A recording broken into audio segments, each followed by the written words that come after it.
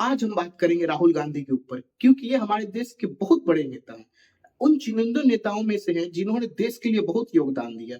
योगदान के तौर पे इन्होंने ये दिया कि इन्होंने अपनी पार्टी को बहुत कमजोर बना दिया, क्योंकि इन्होंने बोला कि देखिए जी, हम 75 साल राज किए, हम अपने देश में शायद कुछ ना कर पाए, तो मैं आके ये काम करूंगा कांग्रेस को बर्बाद करने वाला। तो ये आज जैसे जैसे ही ये नेता बने, वैसे ही कांग्रेस का यू टर्न होना स्टार्ट हो गया।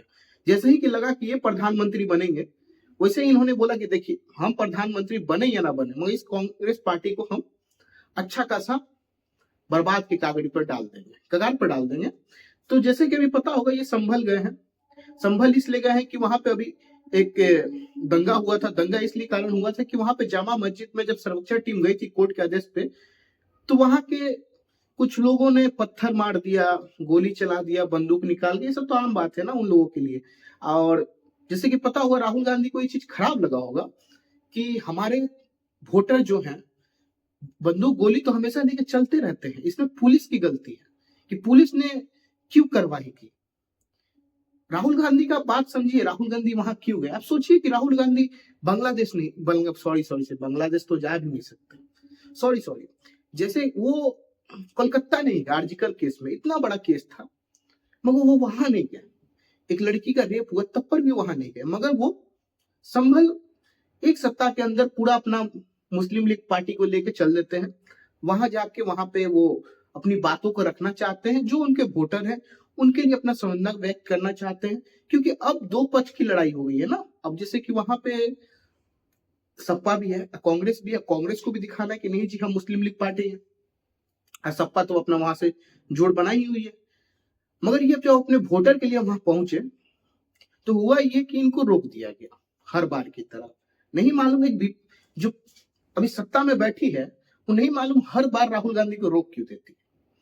अरे आप इनको जाने दीजिए, क्योंकि वो उस रास्ते जाएंगे ना, तो उस रास्ते का चुनाव इजिली हार जाएंगे वो।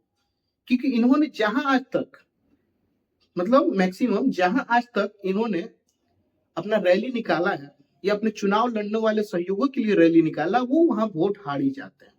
इनके प्रतिशत बहुत कम है, तो इनको वहां से भी जाने दिए। अगर राहुल गांधी कहीं घूमना चाहे इस देश में, तो मैं तो बीजेपी को बोलता हूं कि उनको कहीं मना नहीं करना चाहिए, उनको जाने देना चाहिए।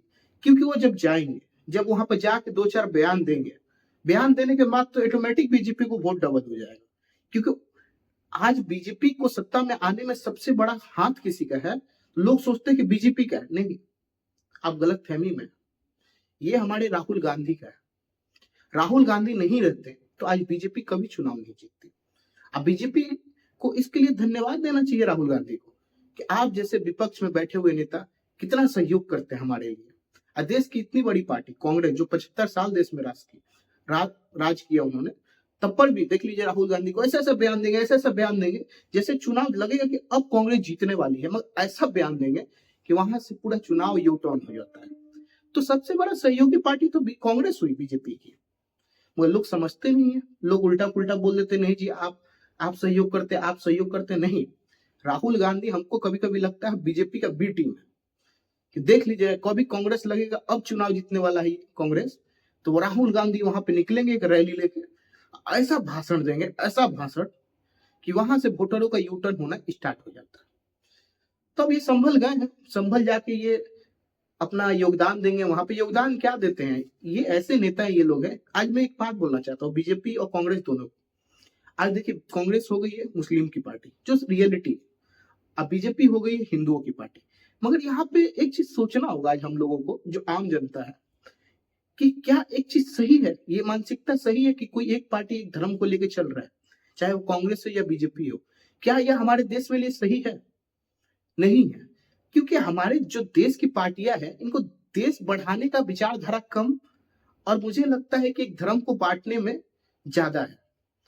क्योंकि यही धर्म बांटने की वजह से आज इंडिया पाकिस्तान बना, फिर बांग्लादेश बना।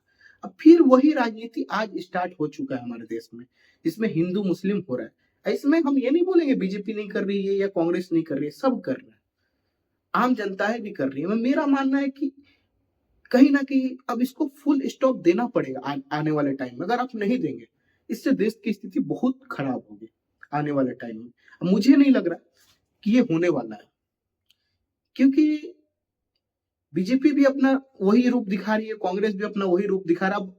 अब बहराइच में देख लीजिए, वहां पे एक हिंदू मारा गया तो बीजेपी चली गई, और यहाँ देख लीजिए संभल में एक मुस्लिम मारा गया तो कांग्रेस चली गई। तो इससे तो ये पता चलता है ना कि ये बीजेपी हिंदू की पार्टी है और कांग्रेस मुसलमान की पार्टी है। मगर एक बात याद रखिएगा, कि देश में सबसे बड़ा थ्रेट है ये जो दो धर्म की पार्टी बनी हुई है, ये बहुत बड़ा थ्रेट है आने वाले टाइम में हमारे देश में। अगर इसका मानसिकता चेंज नहीं हुआ तो इस देश में दंगा फसाद बहुत ज्यादा बढ़ेगा। इसमें सबसे बड़ा हाथ दोनों पार्टी का रहेगा, बीजेपी या कांग्रेस दोनों का, क्योंकि इन्होंने जो जिस लेवल पे लोगों को बांटा है शायद कोई नहीं बांटा है। आज हमें इंटरनेशनल लेवल पे अलग चीजों पे ध्यान देना चाहिए, मगर हम आज धर्म में बटे हो। तो इस बात पे गौर करना चाहिए हमें भी, आप भी। अब बाकी आपकी क्या राय कमेंट में जरूर बताएं। बाकी जय हिंद, जय भारत।